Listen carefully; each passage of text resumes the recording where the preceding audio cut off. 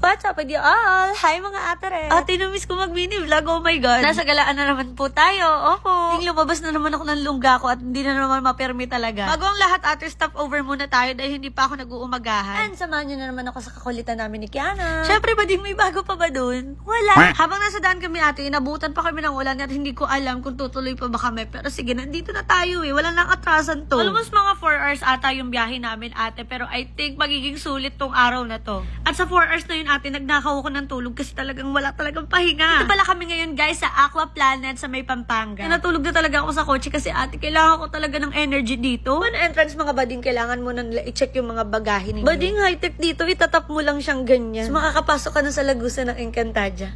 Ay, hindi.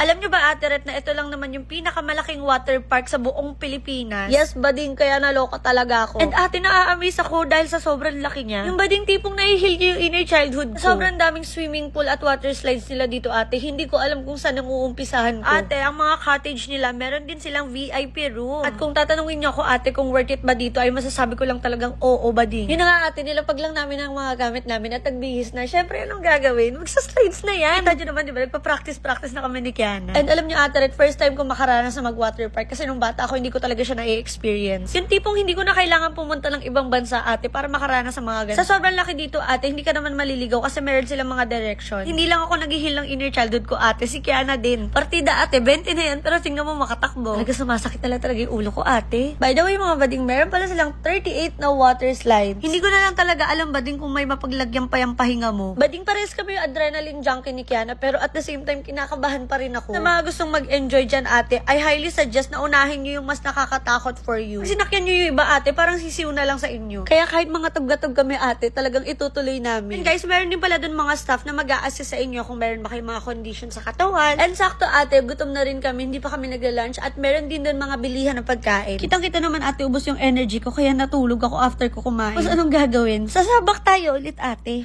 Open sila, guys, from 10 a.m. to 5 p.m. Kung ako sa inyo, guys, kung gusto nyo magbakasyon with your loved one, mag-heal ng inner childhood nyo, ate, go na kayo dito sa Aqua Planet Clark, Pampanga. Yun lang, guys. Bye! Love you all. God bless.